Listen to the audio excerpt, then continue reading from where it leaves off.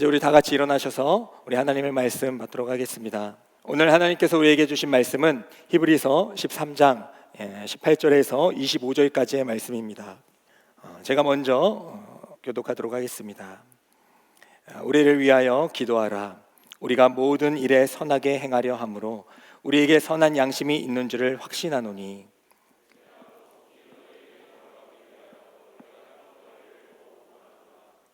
양들의 큰 목자이신 우리 주 예수를 영원한 언약의 피로 죽은 자 가운데서 이끌어내신 평강의 하나님이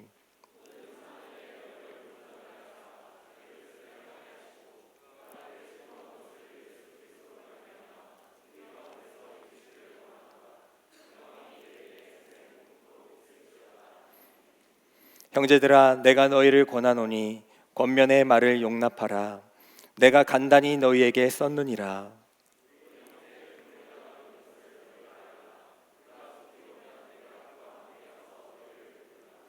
너희를 인도하는 자들과 및 모든 성도들에게 문안하라.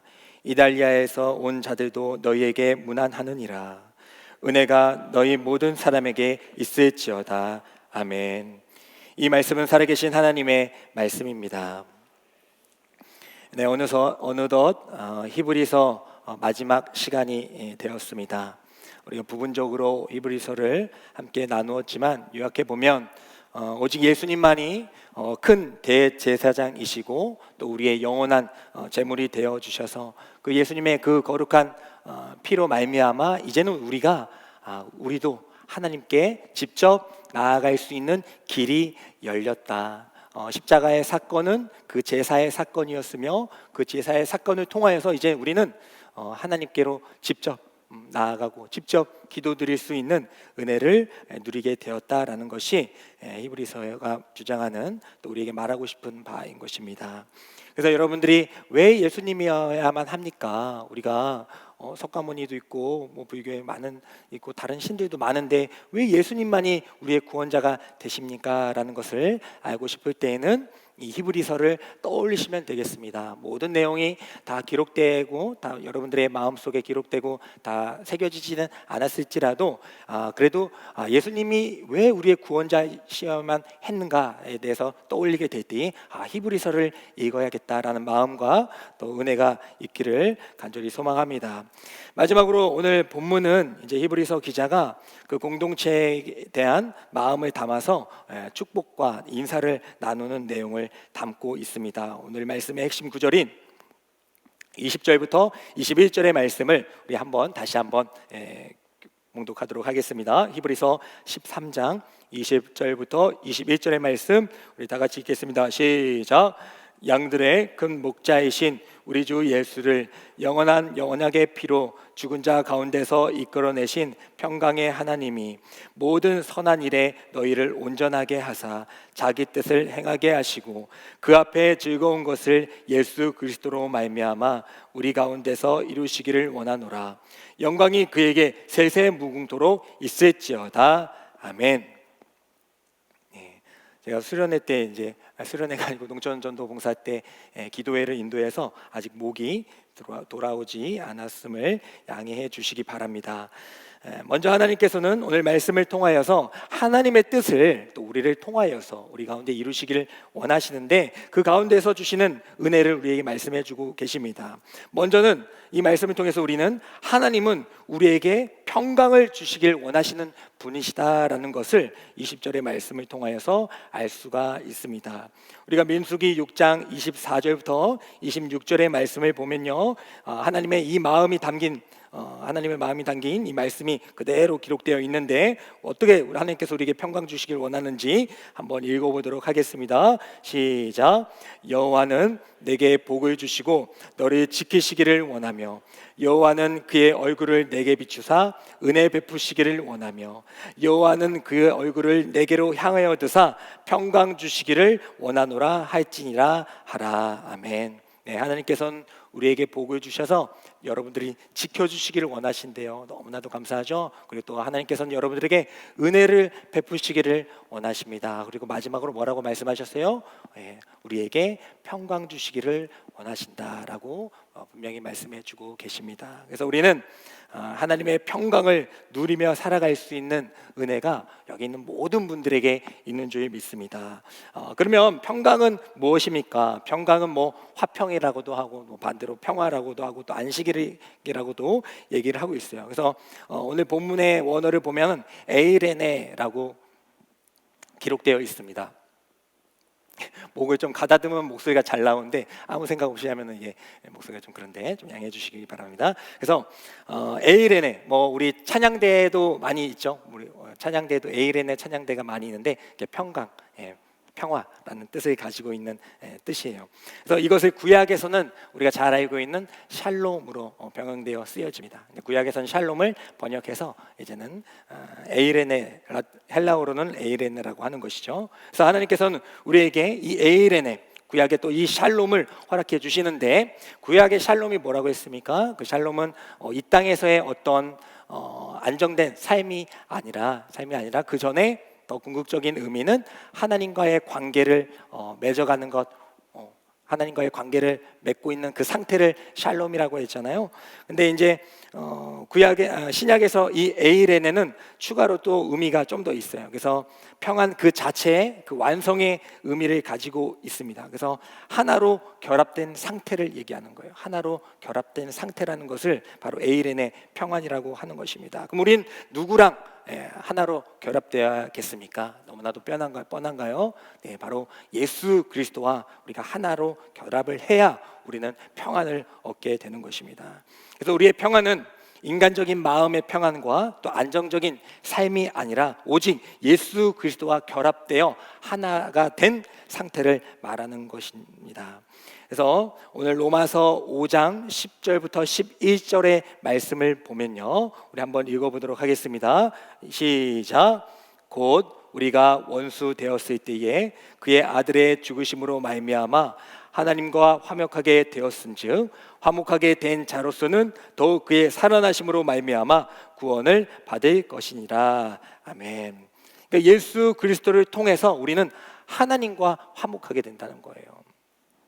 우리가 샬롬이 하나님과의 관계를 맺고 있는 상태라고 하지 않았습니까? 그래서 어떤 문제가 있을 수는 있죠. 또 어려움이 찾아올 수도 있죠. 몸이 또 아플 수가 있습니다. 그럼에도 불구하고 우리는 샬롬, 평강을 누릴 수 있는 것은 그 문제가 해결되어서가 아니라, 그 병이 나아서가 아니라, 어떤 것들이 잘 풀어져서가 아니라, 그 가운데에서 우리는 하나님과 관계를 맺게 된다면 그것이 우리가 샬롬의 상태를 누릴 수가 있다라는 거예요. 근데 그 샬롬의 상태를 구약에서는 샬롬이라고 하지만 신약에서는 에이레나라고 하는데, 좀 더 구체적으로는 바로 예수님을 통하여 하나님과 결합되어 있는 상태를 의미하게 되는 것입니다. 그래서 신약에서는 예수님을 떠나고는 설명을 할 수가 없는 거예요. 그래서 오늘 로마서 5장 10절부터 12절의 말씀을 보면 그의 아들을 죽으심으로 말미암아 하나님과 화목하게 되었다라고 기록되고 있어요. 그의 아들이 예수님 아닙니까?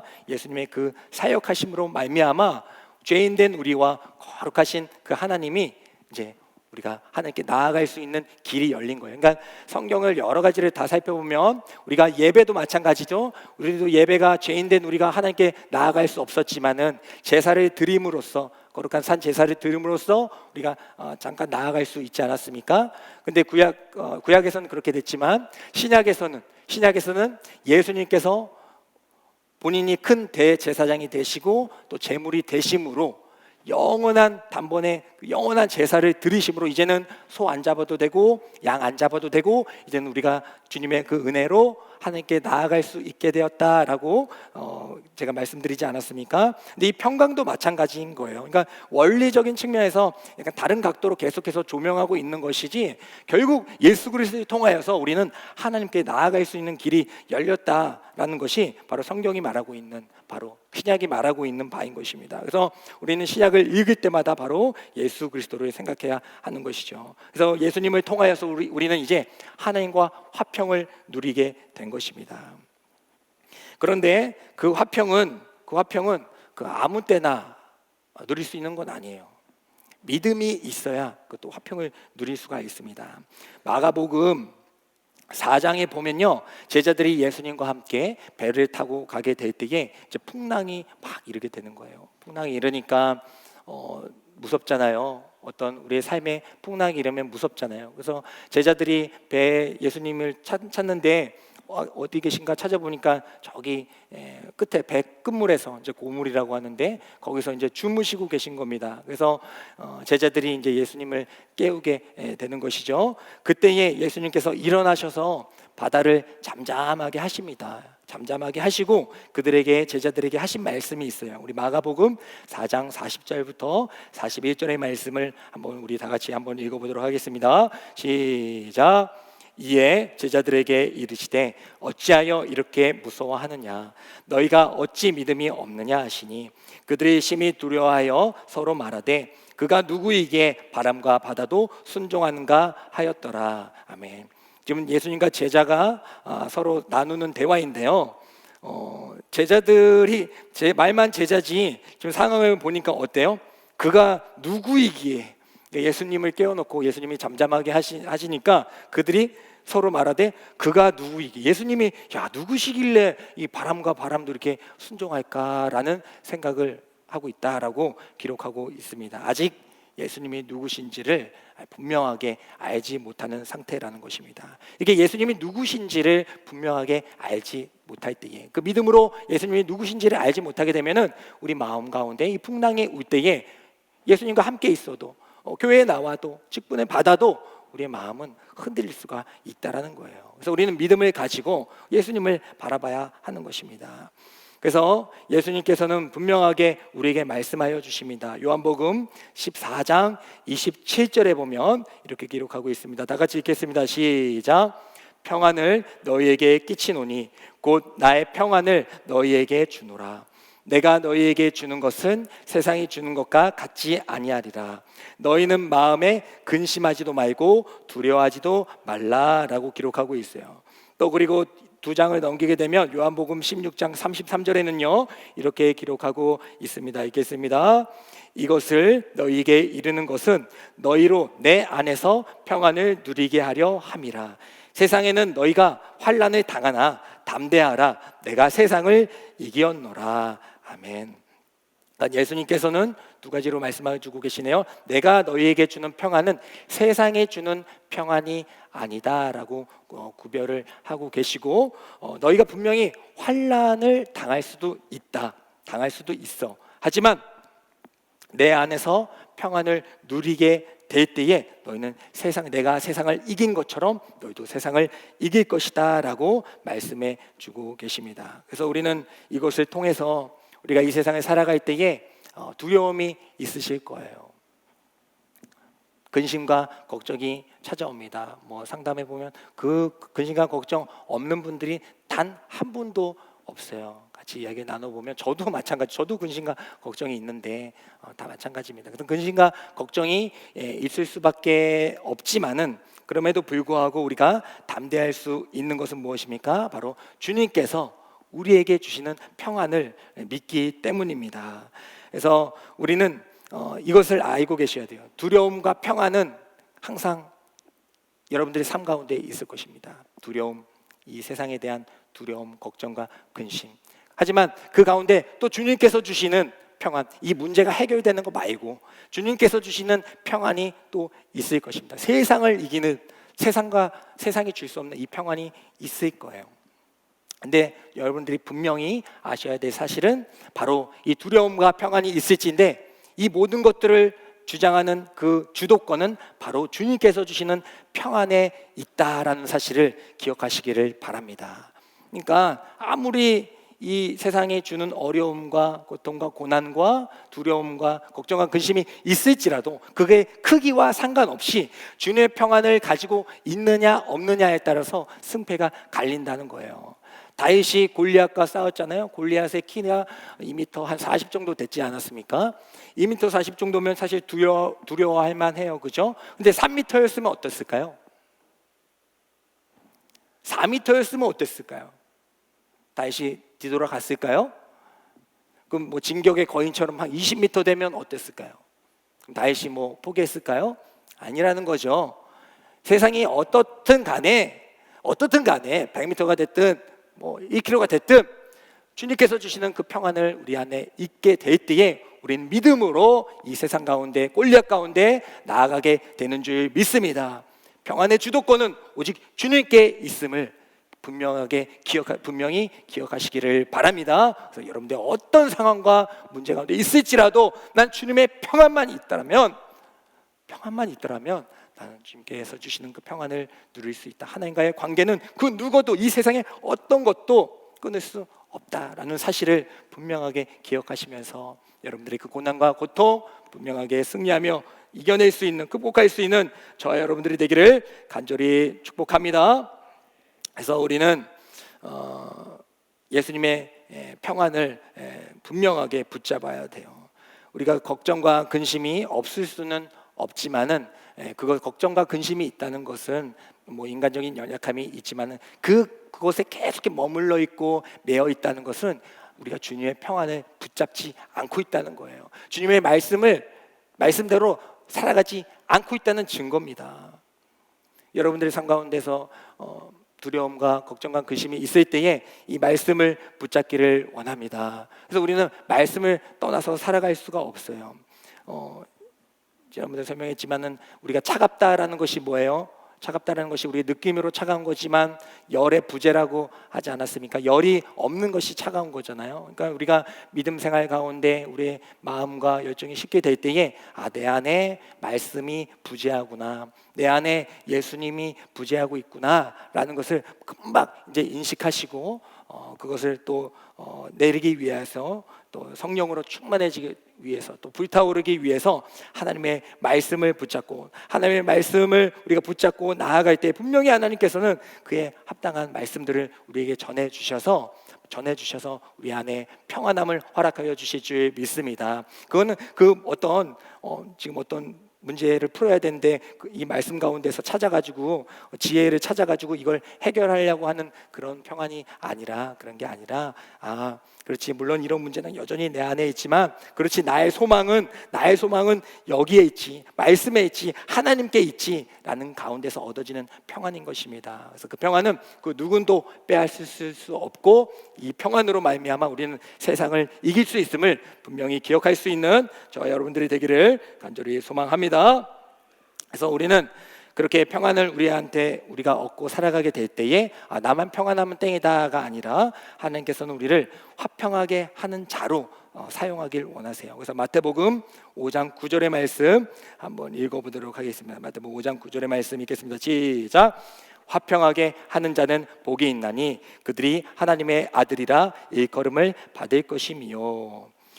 예수님께서 하나님과 우리 사이를 화평하게 하셨다, 화목하게 하셨다라고 분명히 말씀드렸죠. 근데 그걸 또 다른 측면으로 보면 우리가 제사장인데, 예수님이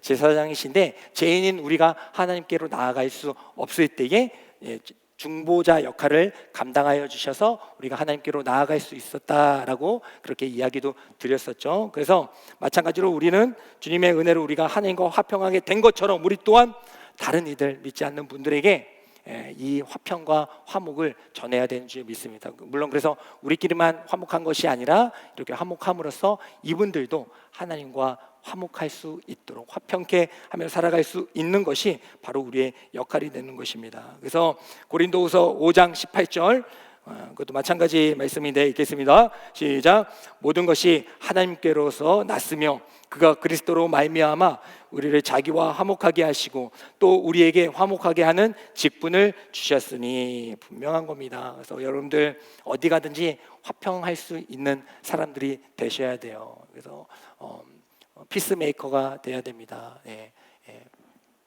지금도 잘하고 계실 줄 믿지만은 하나님께서 주신 말씀이구나. 내가 다른 사람하고 잘 지내는 게 그냥 내가 인간적으로 잘 지내기 위해서, 또 뭐 성공하기 위해서 그런 게 자기 개발을 위해서 잘 지내는 것이 아니라 하나님께서 나에게 주신 직분이구나, 또 사명이구나라는 것을 인식하시고 화평한 자로 살아갈 수 있기를 소망합니다.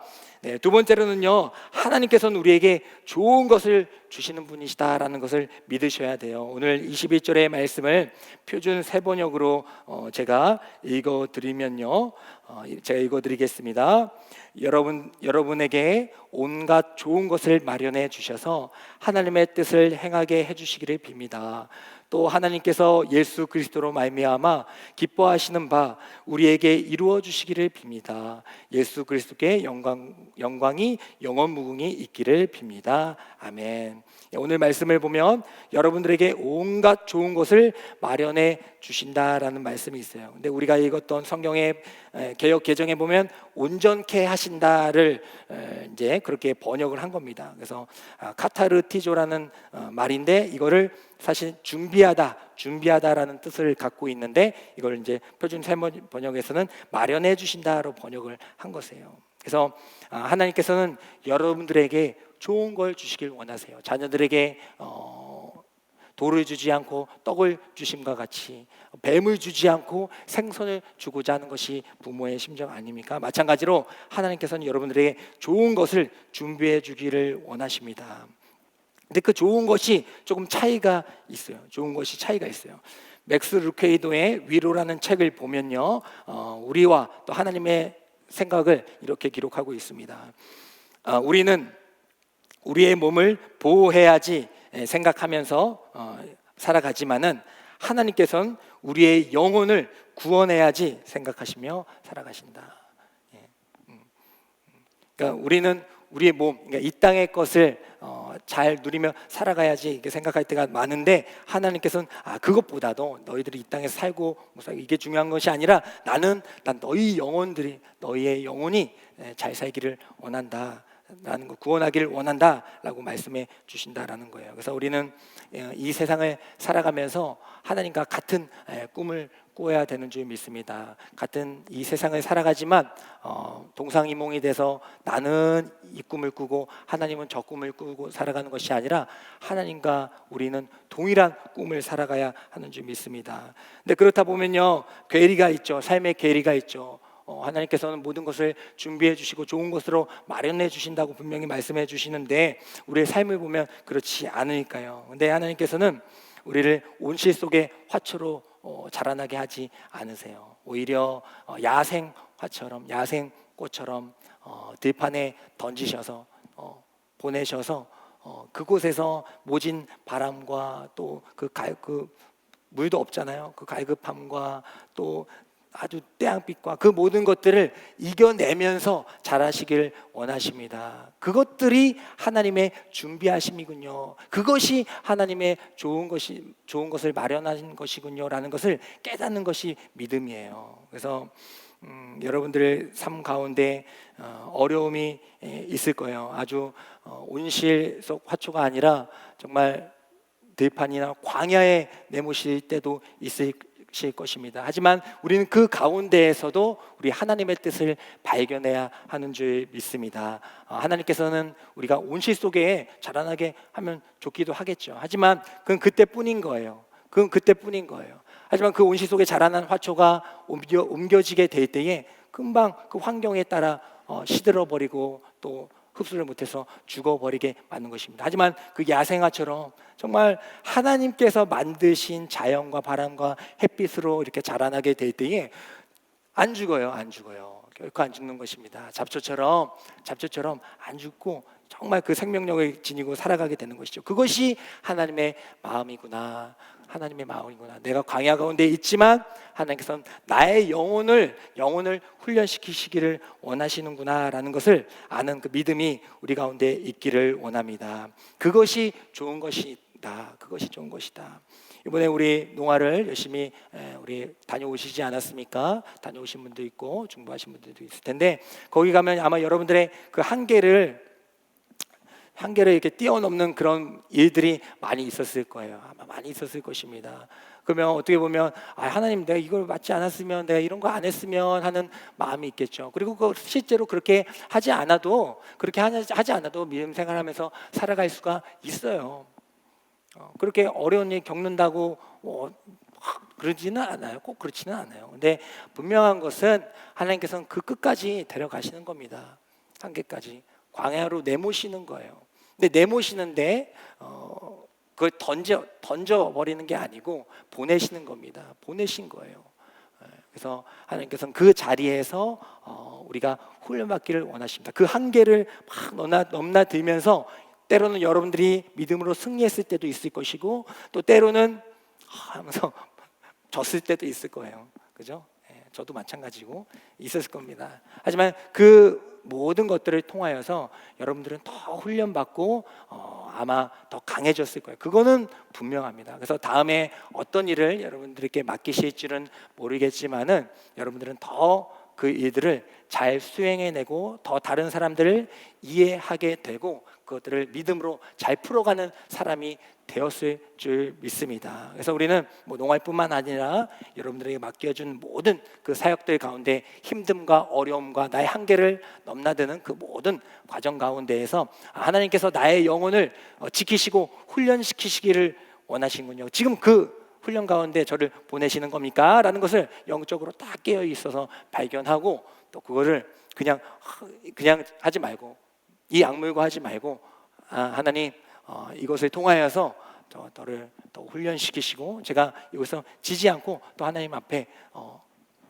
나아가겠습니다 라는 마음을 가지며 나아갈 때에 하나님께서는 그를 사용하여 주셔서 또 다윗과 같이 또 아브라함 같이 또 노아와 같이 사용하여 주실 줄 믿습니다. 그래서 여러분들의 그 인내 얼마나 많이 참으셨어요? 또 얼마나 많이 또 오래 참으시고 또 인내를 하셨습니까? 그 모든 것들이 다 열매를 맺게 된 겁니다. 제가 농아에게 가서 여러분들이 하시는 그 모든 모습들 물론 24시간 다 살펴본 건 아니지만 제가 갈 때마다 정말 땀을 흘리며 또 애쓰며 또 열심히 수고하고 봉사했던 건 뭐 저는 잠시 왔다 갔다 했지만은 하나님께서는 그것을 지켜보시면서 또 얼마나 기뻐하셨을지요. 그래서 여러분들의 그 모든 행위를 통하여서 이제 의와 또 평강의 열매가 맺어질 거예요. 우리는 잠시 왔다 갔지만 거기서는 분명히 놀라운 역사가 일어나게 될 줄 믿습니다. 그래서 하나님께서는 여러분들의 모든 것들을 준비하고 계신다. 그래서 여러분들은 하루를 살아갈 때에 하나님께서 오늘도 하나님께서 나에게 준비하신 하루를 내가 살아가자. 그냥 하루가 아니라 오늘 하루는 하나님께서 나에게 준비하신 하루다. 근데 어제와 같이 오늘도 힘든 게 뻔히 보일지라도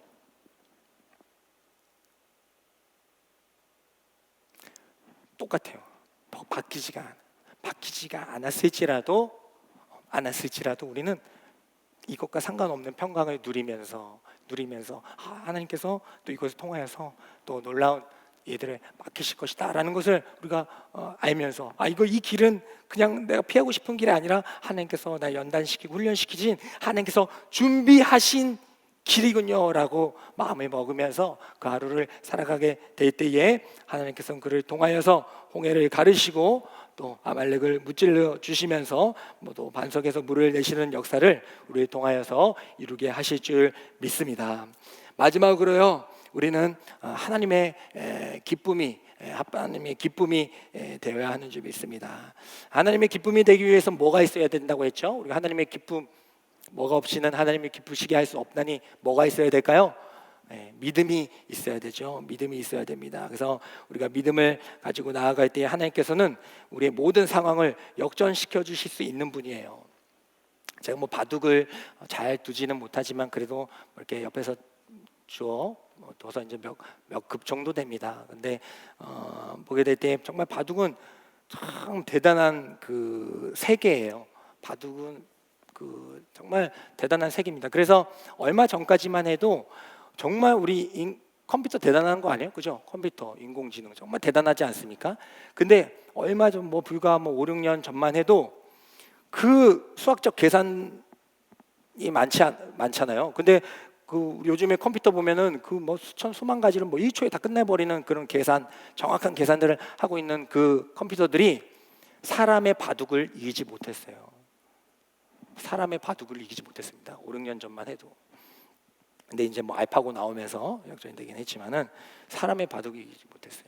그만큼 정말 대단한 것이 이 바둑의 세계입니다. 그래서 바둑 여러분들 뭐 아버지나 뭐 이게 뭐 보신 분 적 있었을 거예요. 그래서 하나씩 이렇게 둡니다. 근데 바둑이라는 것이 하나가 이렇게 있으면 이렇게 둘러싸면은 이렇게 잡아 먹는 거예요. 잡아 먹으면 그게 이제 한 집이 되는 겁니다. 그래서 그 집이 이렇게 많으면은 승리하는 거예요. 근데 초보들은 요 앞에 것만 보고 요것만 계속 이렇게 잡아먹으려고 삥 둘러요. 근데 고수들은 어떻게 합니까? 여러분들 바둑 다는 기억 안 나지만 고수들 바둑 보면 어떻게 시작해요? 저쪽에 하나 두고 또 저쪽에 하나 두고 기억나세요?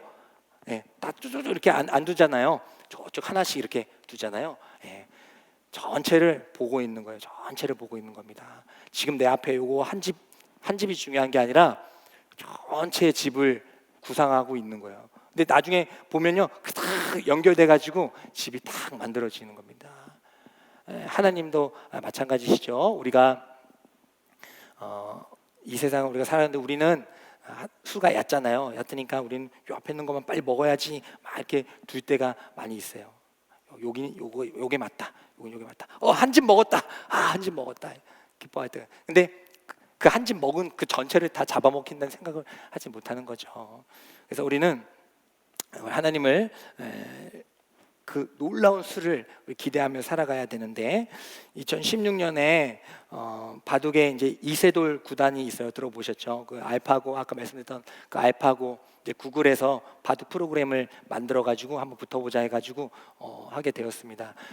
근데 이제 너무 이제 발전해가지고 이제 안 되는 거예요. 사람이 안 되는 거예요.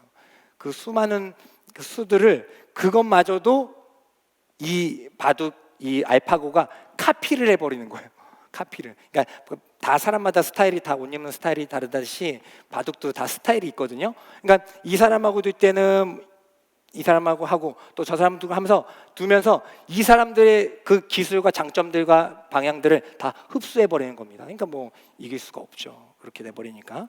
그래서 어쨌든 총 5판을 하게 됐는데 3판을 이세돌 구단이 내리치게 됩니다. 그래서 이제는 끝났구나. 이제는 사람이 이길 수 있는 시대는 끝맺음을 맺었구나라고 이렇게 생각을 했을 때에 네 번째 판을 두게 됩니다. 그래서 네 번째 판을 막 이렇게 두게 됐을 때에 이제 이세돌 구단이 좀 수적으로 몰리게 됐어요. 몰리게 돼가지고 이제 뭐 해설자들도 이제 네 판째도 마찬가지로 이제 끝날 것이다라는 예상을 하고 있었어요. 그때에 이세돌 구단이 딱 이제 어떤 한 수를 78번째 수를 딱 뒀어요. 어떤 수라고 말씀드리고 딱 수를 딱 뒀습니다. 그때에 이 컴퓨터 알파고가 에러가 난 겁니다. 내가 이게 뭐 고장 난 게 아니고 졌다 항복을 한 것이죠. 인간이 이길 수 없었던 그런 알파고였지만은 이 한 수로 말미암아 판이 역전된 거예요.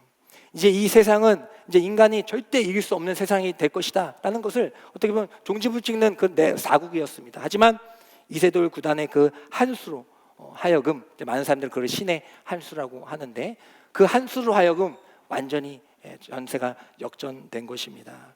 하나님도 마찬가지입니다. 우리의 수가 얕을 수 있어요.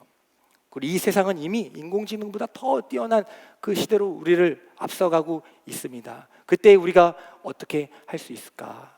포기해야만 하는가? 아닙니다. 우리는 하나님께서 주신 이 말씀과 지혜로 살아가게 될 때, 이 말씀을 믿으며 살아가게 될 때에 다 끝났다. 사람들이 다 끝났어. 이제는 인간이 못 이겨. 이제는 그런 없어. 라고 하겠지만은 우리는 끝까지 믿음을 가지고 하나님의 방법으로 우리가 한 수 한 수를 삶을 살아가게 될 때에 이 인공지능뿐만 아니라 이 세상을 이길 수 있는 저와 여러분들이 될 줄 믿습니다. 그래서 여러분들 이것은 그냥 어떤 한 수로 하여금 로또처럼 인생 역전을 하라 이런 말씀이 아니라 그만큼 하나님의 지경과 또 하나님의 생각을 신뢰하며 나아갈 수 있는 믿음의 사람들이 되라는 것입니다. 그래서 이사야 55장 8절부터 9절의 말씀을 보면 이렇게 기록하고 있습니다. 우리 읽겠습니다. 시작. 이는 내 생각이 너희의 생각과 다르며 내 길은 너희의 길과 다름이니라. 여호와의 말씀이니라. 이는 하늘의 땅보다 높음같이 내 길은 너희의 길보다 높으며 내 생각은 너희의 생각보다 높음이니라. 아멘. 그래서 우리는 뭐 인공지능이든 이세돌이든 이 세상을 지으신 하나님의 그 창조 세계관 속에서 우리는 살아가는 사람들 아닙니까? 그래서 우리는 어떻게 이 세상이 변화하든지 간에 우리는 하나님의 그 한 수를 둘 수 있는 사람이 되어야 돼요. 그래서 여러분들이 어떤 곳에 있든지 무엇을 하든지 간에 어떤 직업과 또 분야에 있든지 간에 그 하나님께서 주시는 그 지혜의 한 수. 사람들이 다 끝났어. 아유 못 이겨, 이제 끝났어. 세상은 끝났어. 기독교는 끝났어. 아직도 그런 종교를 믿니? 아직 세상을 돌아가는 걸 모르겠니? 라는 이런 세상 가운데 우리가 압박을 받고 핍박을 받을지라도 우리는 믿음의 한 수, 하나님이 주시는 그 지혜의 한 수, 우리의 생각과 우리 지혜 말고요, 하나님께서 주신 지혜, 그 지혜의 한 수를 딱 두게 될 때에 컴퓨터와 세상이 에러가 나고 인정하게 되고 이 세상을 이길 수 있는 그 믿음으로 승리하게 되실 줄 믿습니다. 우리가 또 믿음으로 살아가게 될 때에 우리가 바라봐야 할 것은 바로 하나님께서 나를 어떻게 생각하실까를 생각해야 돼요. 이 세상이 나를 어떻게 생각할까 보다 하나님께서 나를 어떻게 생각하실까가 중요하다는 것입니다. 반치란 시인의 새해 첫 기적이라는 시가 있어요. 제가 그 시를 읽어드리도록 하겠습니다. 새해 첫 기적입니다. 황새는 날아서, 말은 뛰어서, 거북이는 걸어서, 달팽이는 기어서, 굼벵이는 굴렀는데 한날 한시 새해 첫날에 도착했다. 바위는 앉은 채로 도착해 있었다. 끝났어요. 좀 허무해요. 그러니까 뭐 황새는 그러니까 어떤 지점이 있는데 황새는 날아오고 말은 막 뛰고 거북이는 막 걸어오고 굼벵이는 막 굴러와가지고 한 지점에 새해 한날 한시에 딱 한 지점에 도착했어요. 나름 다 애를 쓴 겁니다. 그죠? 다 애를 썼어요. 다 애를 썼는데 마지막에 뭐래요? 바위는 앉은 채로 도착해 있었다. 그 사람들 그냥 볼 때에는 바위는 아무것도 한 게 없어요. 그죠? 아무것도 한 게 없어요. 아무것도 한 게 없어요. 그죠? 원래 거기 있었는데 다른 것들이 온 거잖아요. 그러니까 바위는 그냥 아무것도 아닌 것입니다. 사실은. 하지만 이 시인이 볼 때는 어때요? 바위는 먼저 도착한 것으로 보고 있는 거예요. 세상 사람들은 황새 대단하다, 거북이는 늘었지만 대단하다, 굼벵이는 굴르면서 뭐 괜찮니? 하면서 다른 사람들을 인정할지 몰라도 이 시인은 그 바위를 보면서 그래, 네가 이 자리에 있었는데 너는 앉은 채로 도착해 있었구나. 그래, 너가 1등이구나 여긴 것입니다. 그래서 세상 사람들이 우리를 어떻게 바라보느냐, 그것이 중요한 것이 아닙니다. 하나님이 여러분들을 어떻게 보고 있느냐. 하나님, 저는 지금 희망이 보이지 않아요. 절망 가운데 있는 것 같아요 라고 할지라도 하나님께서는 아니야, 너가 1등이야.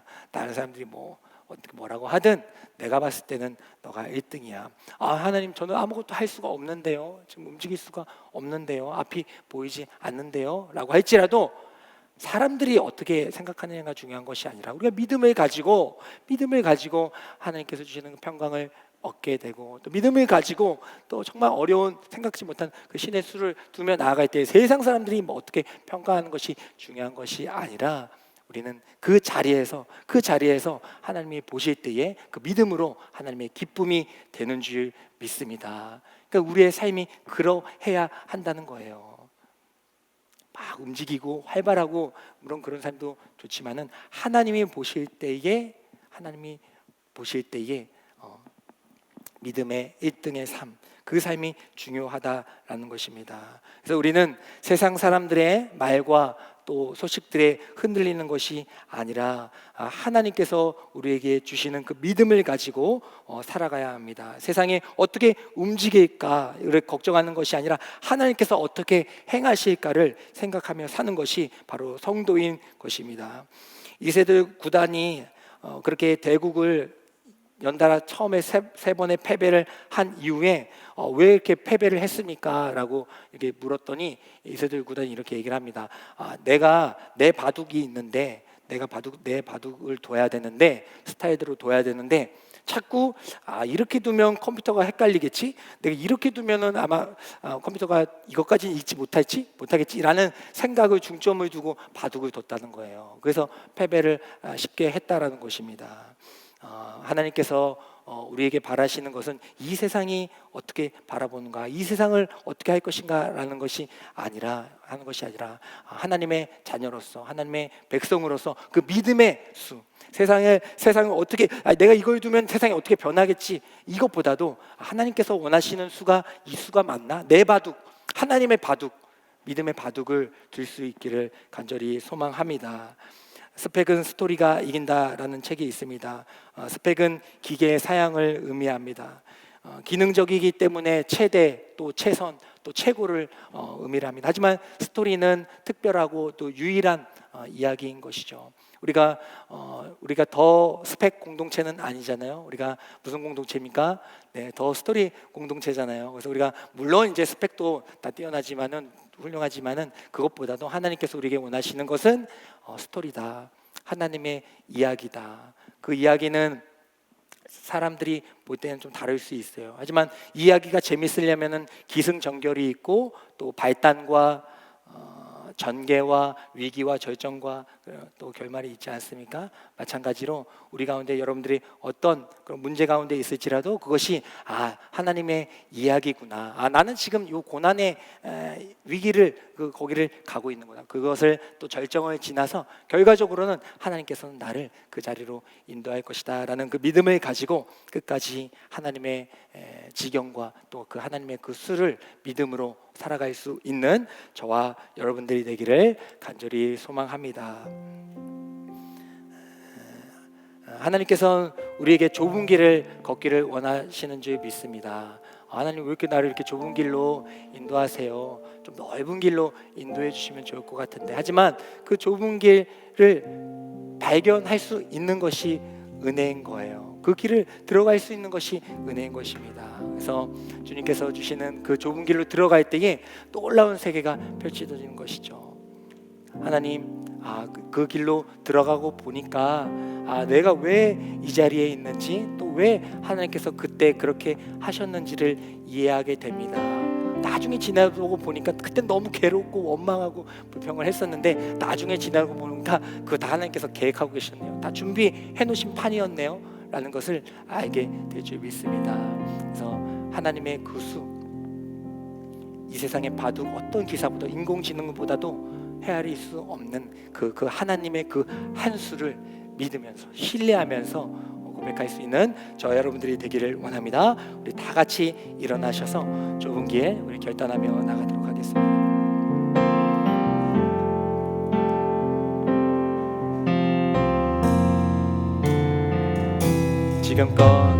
지금껏 걸어온 나의 길 다시 돌아가도 후회하지 않을까.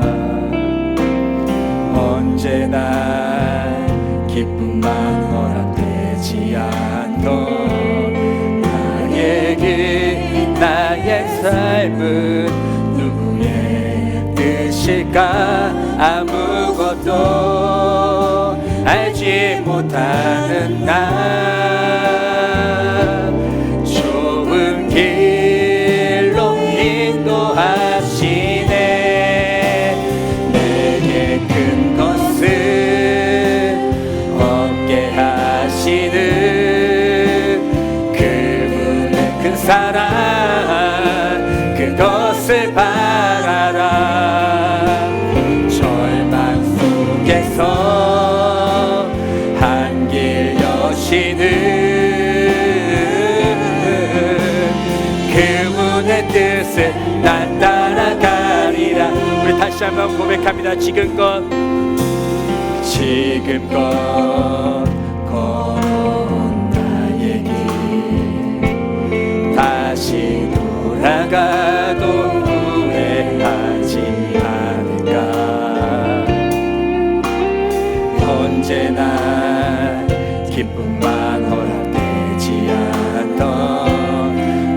나의 그 나의 삶은 누구의 뜻일까? 아무것도 알지 못하는 나 좁은 길로 인도하시네. 내게 큰 것을 얻게 하시는 그분의 큰 사랑 그것을 바라라. 절망 속에서 한 길 여시는 그분의 뜻을 난 따라가리라. 내게 큰 것을 얻게 하시는 그분의 큰 사랑 그것을 바라라. 절망 속에서 반드시 한 길 여시는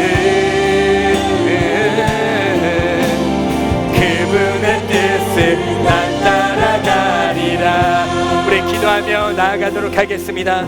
하나님 아버지, 먼저 하나님과의 관계를 회복할 수 있는 저희들 되게 하여 주시옵소서. 하나님의 평안을 우리에게 허락하여 주셔서 그 평안을 누릴 수 있는 은혜를 허락하여 주심에 감사드립니다. 이 세상의 걱정과 근심과 두려움과 막막함 그 모든 것들 주님께서 주시는 평안함으로 승리할 수 있는 저희들 되게 하여 주시옵소서. 아버지, 가장 좋은 것을 우리에게 주시는 그 하나님을 신뢰합니다. 변치 않으시는 그 하나님의 약속을 신뢰합니다. 그래서 그 신뢰함으로 지금의 모든 과정을 믿음과의 훈련과 연단의 과정으로 바라볼 수 있는 저희들이 되게 하여 주시옵소서. 그렇게 끝까지 인내하고 오래 참음으로 결국에는 의와 평강의 열매를 맺고 꽃피는 저희들이 되게 하여 주시옵소서. 아버지 하나님, 우리는 너무나도 연약합니다. 우리의 지경은 너무나도 얇습니다. 하지만 우리의 지경을 넓히시기 위하여 어떤 일이든 감당하시는 그 하나님 아버지, 우리의 지경과 그 기준과 선임 하나님의 말씀 가운데서 믿음으로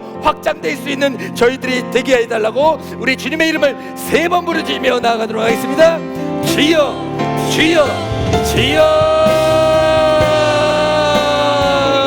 내게 큰 것을, 내게 큰 것을 얻게 하시는 그분의 그 사랑 그것을 바라라. 절망 속 반드시 한숨을 주신 한 길을 내시는 그분을 신뢰하며 나갑시다. 그분의 뜻을 나 따라. 내게 큰 것은, 큰 것을 얻게 하시기 위하여 때로는 광야의 길을 걷게 하여 주시며 때로는 목마르게 하시고 때로는 고난과 고통 가운데 주시는 그 하나님 아버지, 하지만 그렇게 함으로써 더욱더 강한 생명력을 가지고 우리의 구원하기를 원하시는 그 하나님을 바라보기를 간절히 소망합니다. 오 하나님 아버지, 놀라우신 은혜, 놀라우신 생각, 놀라우신 지경을 찬양할 수 있는 저희들이 되게 하여 주시옵소서. 마지막으로 찬양합니다. 내게 큰 것을, 내게 큰 것을 얻게 하시는 그 사랑 그것을 바라라. 어떤 절망 가운데 있을지라도 분명하게 한계를 내시는 예수 그리스도의 한계를 내어주셔서 평안과 믿음과 지경을 넓히시는 그 하나님을 따라가기를 원합니다. 사랑의 하나님 아버지, 참으로 고맙고 감사합니다. 이 세상의 어떤 것도, 육신과 세상의 어떤 소리도 하나님의 사랑을 막을 수 없는 줄 믿습니다. 세상의 골리앗이 100m, 1000m, 1km가 될지라도 생명의 주도권, 평안의 주도권 오직 주님께 있사오니 그 주님께서 주시는 그 주도권을 가지고 평안을 누리며 이 세상을 대적하며 승리하며 나아갈 수 있는 저희들이 되게 하여 주시옵소서. 하나님 아버지, 하나님께 아버지께서는 모든 길을 다 알고 계시는 줄 믿습니다. 나의 어려움과 고통과 고난 가운데서도 더 큰 사랑을 바라시며 더 큰 것을 주시기 위하여 훈련시키시고 연단시키시는 그 하나님을 끝까지 신뢰하며 하나님께서 준비된 하루를 살아갈 수 있는 저희들 되게 하여 주시옵소서. 우리의 수는 얕지만 하나님께서는 지혜로우시니 하나님의 그 지혜로움으로 말미암아 믿음의 한 수를 두며 나아갈 때 이 세상을 변혁시키고 이 모든 세상을 역전시킬 수 있는 믿음의 한 사람 한 사람이 되게 하여 주시옵소서. 우리 더스토리 공동체, 더스펙의 공동체가 아니라 더스토리 하나님의 이야기를 써내려나가는 공동체가 되게 하여 주셔서 하나님의 기쁨이 될 수 있는 하나님의 귀한 자녀들이 될 수 있도록 끝까지 함께하여 주시고 그 펜 놓지 말아 주시옵소서. 우린 연약하지만 끝까지 우리를 붙잡아 주시는 예수 그리스도 이름으로 감사하며 기도드리옵나이다. 아멘.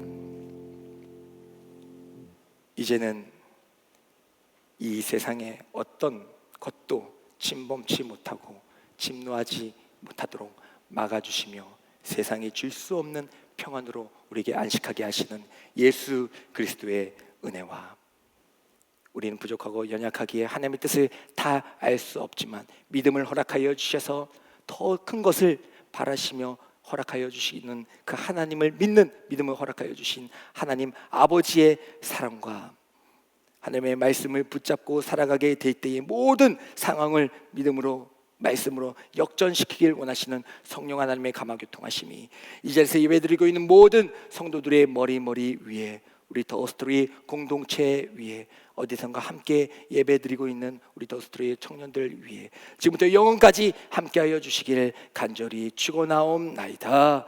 아멘.